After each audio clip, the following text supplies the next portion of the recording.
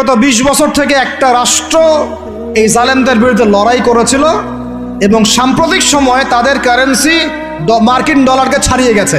তারা কিভাবে পেরেছে, এই তথ্য কি আপনাদের কাছে আছে? তথ্য আছে? নাম মেনশন করার দরকার নাই, আপনারা বুঝতে পারেন কি পারেন না? এই মোল্লাদের দৌড় মসজিদ পর্যন্ত নয়, এই মোল্লাদের দৌড় হবে বাইতুল মুকাদ্দাস পর্যন্ত ইনশাআল্লাহ।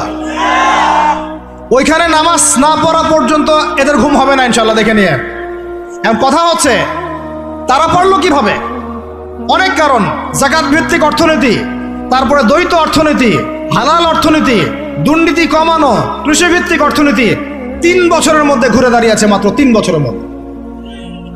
সারা বিশ্বের অর্থনীতি এখন সুদ ভিত্তিক। এখান থেকে ঘুরে দাঁড়াতে হলে আমরা অবশ্যই পারবো, কেন পারবো না? আমাদের প্রথম কাজ করতে হবে সমস্ত দুর্নীতি বন্ধ করে ফেলতে হবে। 1 নম্বর, যত কালো টাকা সব সাদা করে ফেলতে হবে।